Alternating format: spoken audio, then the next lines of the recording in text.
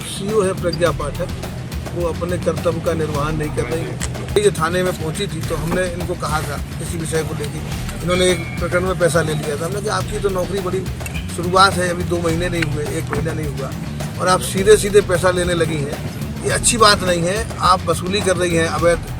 वही लोग प्रज्ञा पाठक के संरक्षण से जुआ भी करा रहे हैं। उन्हें चुनाव लड़ना है, यहाँ से अगर चुनाव लड़ना है तो तैयारी करें, इस्तीफा दें, क्षेत्र में आए जैसे बाकी दल के लोग आते हैं। यूपी में जहां योगी सरकार अपने लॉ एंड ऑर्डर को लेकर पीठ थपथपाती नहीं थकती, लेकिन दूसरी तरफ भाजपा के ही एक विधायक ऐसे हैं जो अपनी ही सरकार के पुलिस अधिकारी से परेशान हो गए हैं और परेशान भी ऐसे कि सीधे सीधे थाने पर जाकर धरने पर बैठ गए।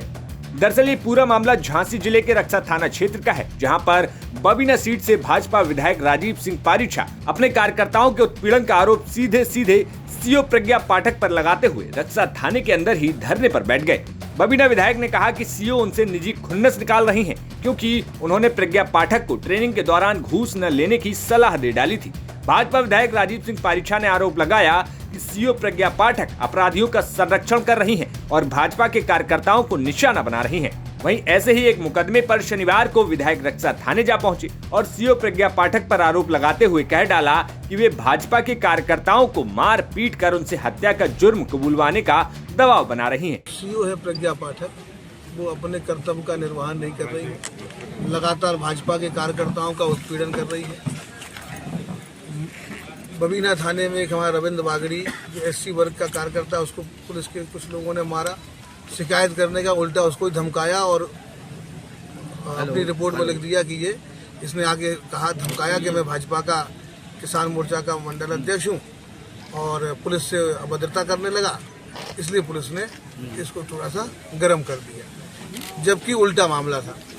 तो ऐसे कई मामले हम देख रहे हैं लगातार जब से प्रज्ञा पाठक इस क्षेत्र में आई है। सदर में बड़ा चिरगांव में भी वो अपनी ट्रेनिंग के दौरान रही, उस समय भी जो भाजपा के लोग होते थे उनके खिलाफ लगातार दमन की कार्रवाई करना, या जितने भी हमारे सपोर्टर होते थे उनके खिलाफ, केवल इस बात को लेके कि जैसे ही ये थाने में पहुंची थी तो हमने इनको कहा था किसी विषय को लेके, इन्होंने एक प्रकरण में पैसा ले लिया था। हमने कहा आपकी तो नौकरी बड़ी शुरुआत है, अभी 2 महीने नहीं हुए, 1 महीना नहीं हुआ और आप सीधे सीधे पैसा लेने लगी हैं, ये अच्छी बात नहीं है। आप वसूली कर रही हैं अवैध व्यापारियों से जो खनन का काम करते हैं या जुए का काम करते हैं, सीधा सीधा पैसा लेना। अभी नौकरी की शुरुआत है, मत करो, आपकी लंबी नौकरी है।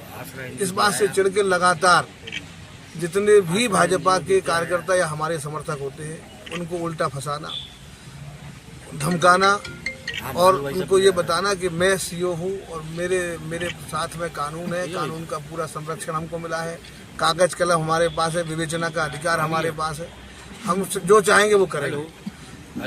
अभी बड़ागांव थाने में एक 10 तारीख को हत्या हुई, इसके पहले भी कई मामले ऐसे हैं जिसमें जिन्होंने हत्या की है उन लोगों पर इसी परिवार के ऊपर हमला करने के आरोप है। वो जो एससी वर्ग का परिवार है उसके ऊपर चूंकि दबंग प्रवृत्ति के हैं, वो प्रधान है और समाजवादी पार्टी का पूरा संरक्षण प्राप्त है बड़े नेताओं का, उनको जमीन दिलाना, उनके संरक्षण में जुआ कराना, ये करते रहे, उसी से उन्होंने खूब पैसा कमाया है।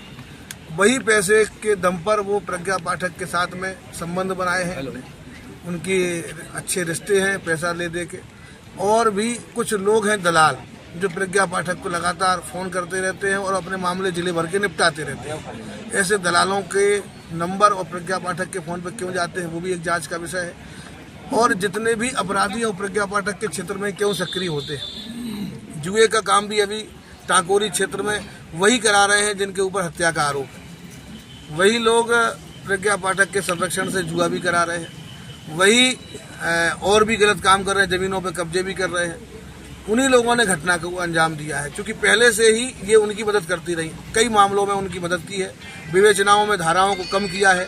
एससी लोगों की मदद न करना, जबकि सरकार का सीधा निर्देश है कि एससी वर्ग के लोगों को पूरा संरक्षण देना, उनकी मदद करना, कानून में भी उनको विशेषाधिकार है, बल्कि उनके अधिकारों की रक्षा न करके, उनका संरक्षण न करके दबंगों और माफियाओं जिनके ऊपर कई मुकदमे दर्ज हैं, जिला बदर हैं, उसके बाद भी वो गांव में रह रहे हैं। शिकायत करने वो लोग गए प्रज्ञा पाठक से के साथ, वो जिला बदर हैं और गांव में रह रहे हैं लगातार, तो कहते ये तुम्हारा काम नहीं है, मेरा काम है, यहाँ से जाइए।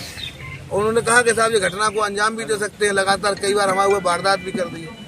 और उसके बाद भी उन सारी चीज़ों को नज़रअंदाज करना, अपराधियों का मनोबल बढ़ाना।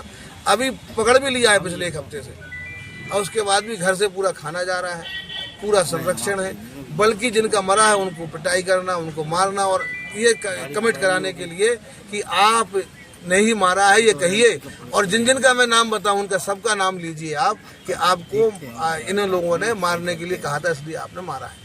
ये इस तरीके के भाजपा के कार्यकर्ताओं को फंसाना, हमारे सहयोगियों को फंसाना, हमारे खिलाफ काम करना। क्या उन्हें चुनाव लड़ना है? यहाँ से अगर चुनाव लड़ना है तो तैयारी करें, इस्तीफा दें, क्षेत्र में आए जैसे बाकी दल के लोग आते हैं।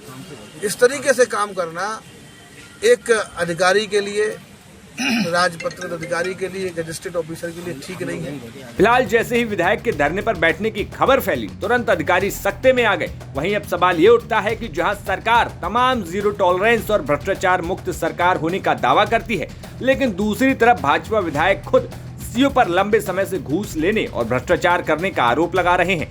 फिलहाल भाजपा विधायक के आरोप में कितनी सच्चाई है, ये अब जांच का विषय है।